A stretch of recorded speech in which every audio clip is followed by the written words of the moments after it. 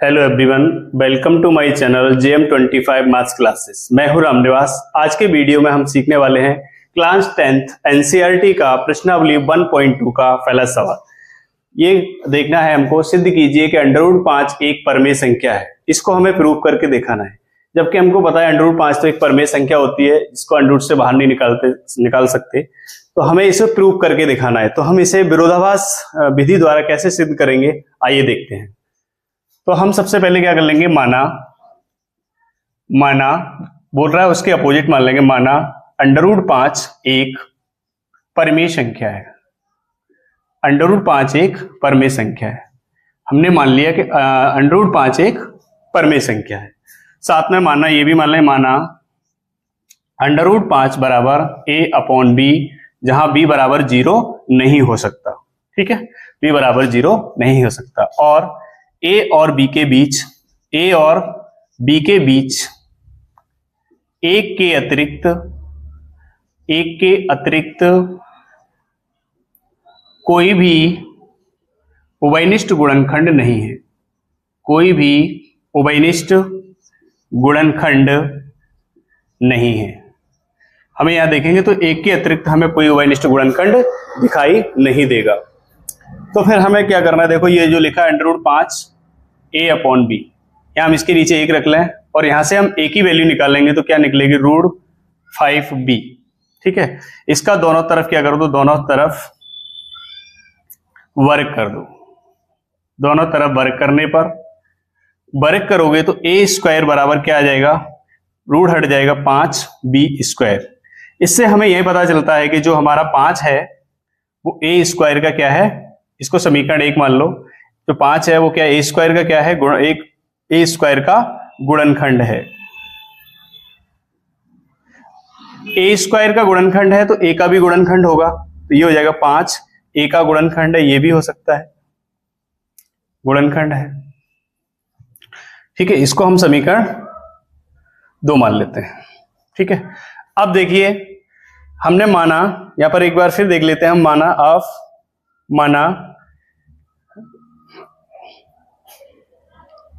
मान लेते हैं क्या, a बराबर 5k हमने रखा, a बराबर 5k। दोनों तरफ क्या कर देंगे, स्क्वायर कर देंगे। दोनों तरफ वर्ग करने पर, दोनों तरफ वर्ग करोगे तो ये a² बराबर 25, 5 का स्क्वायर कितना हो जाएगा, या ऐसे लिख सकते हो उसका 5k का स्क्वायर, तो ये आ जाएगा a² बराबर 25k²। ठीक है, समीकरण 2 से देखोगे, समीकरण 1 से यहां लिख दोगे, समीकरण 1 से a² का मान यहां पर रखोगे तो ये क्या हो जाएगा, समीकरण 1 से हो जाएगा 5b² बराबर 25k²। 5 से भाग दे दो इसमें तो ये आ जाएगा b² बराबर 5k²। तो इससे ये हुआ कि जो 5 है हमारा, जो b² का क्या है, गुणनखंड है। b² का गुणनखंड है।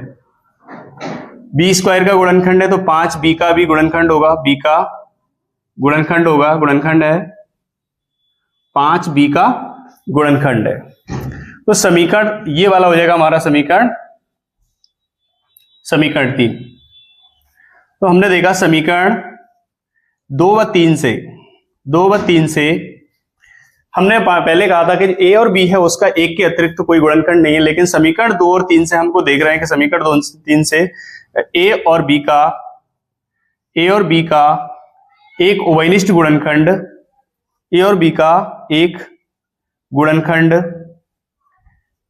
कौन सा है, गुणनखंड 5 है। अगर 5 है तो हमें ऐसा क्यों लगा था कि एक के अतिरिक्त कोई गुणनखंड नहीं है, तो ये हमने क्या किया था, हमारी विरोधाभास कल्पना के कारण, तो हम यह लिखेंगे ऐसा हमें इसलिए लगा था, ऐसा हमारी विरोधाभास कल्पना के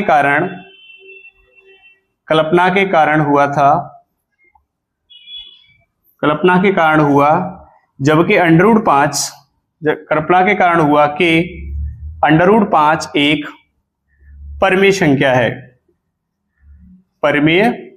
है, जबकि हमको पता है, तो लिख सकते हैं अतः √5 एक अपरिमेय संख्या है। अपरिमेय संख्या है। यही हमें सिद्ध करना था। यह सवाल एग्जाम में 3 नंबर का आता है, इसे अच्छे से सीख लेना है। ठीक है, इसका एक स्क्रीनशॉट ले सकते हैं। प्रश्नावली 1.2 का सवाल देख लेते हैं क्या है। दूसरा सवाल है, सिद्ध कीजिए कि 3 + 2√5 एक अपरिमेय संख्या है। तो इसे कैसे सिद्ध करके दिखाएंगे, आइए देख लेते हैं। क्या करेंगे, माना 3 + 2√5 एक परिमेय संख्या है। इसका उल्टा मान लेते हैं हम, क्या है, परिमेय संख्या है। परिमेय संख्या है, उल्टा मान लिया। माना 3 + 2√5 बराबर a/b। यहां b बराबर 0 नहीं हो सकता। ठीक है, b बराबर 0 नहीं हो सकता। a और b का एक के अतिरिक्त कोई भी उभयनिष्ठ गुणनखंड नहीं है। यह हमको दिख रहा है, यहां पर देखा जाए कि a और b का एक के अतिरिक्त कोई भी उभयनिष्ठ गुणनखंड नहीं है। हम यहां क्या कर लेते हैं, इसके नीचे एक रख के, यानी 3 + 2√5 लिखा हुआ है बराबर a/b, यहां एक रख लेते हैं। और यहां से हमें मेन टारगेट रहेगा √5 की वैल्यू निकालना। तो कैसे निकालेंगे, देखो, या इसको रूट मत रखो, 3 प्लस क्या हो जाएगा 2√5 a/b, 3 उधर ले जाओ, क्या हो जाएगा माइनस का। ठीक है, √5 बराबर 1/2 ये हो जाएगा a/b माइनस का 3। अब यहां देखो, यहां a और b पूर्णांक संख्या है, पूर्णांक संख्या है और 1/2 a/b माइनस 3 कैसी होगी, एक परिमेय संख्या है। अब 1/2 a/b माइनस 3 यानी इसका RHS परिमेय संख्या है, तो 5 को भी कैसा होना चाहिए, एक परिमेय संख्या होना चाहिए। अगर इसकी RHS साइड परिमेय संख्या है तो लेफ्ट हैंड साइड को भी परिमेय होना चाहिए। लेकिन हम जानते हैं कि √5 एक क्या होता है, एक अपरिमेय संख्या होती है। तो हम यहां लिखेंगे √5 भी एक परिमेय संख्या होगी, परंतु हम जानते हैं कि √5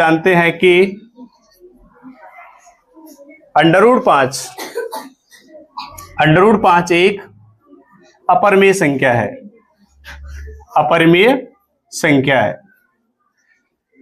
तो हम जानते हैं कि √5 एक अपरिमेय संख्या है, तो हमने उल्टा क्यों सोचा। तो ये हमें कैसे लगा,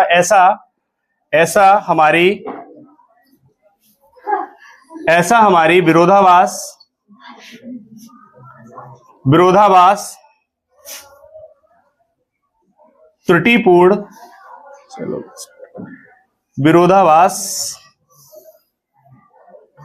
त्रुटिपूर्ण कल्पना के कारण हुआ कि √5 एक परिमेय संख्या है।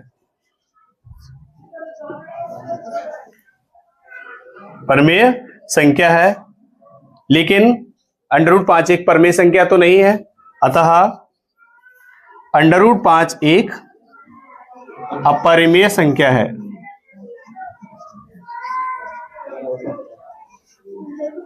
यही हमें सिद्ध करना था।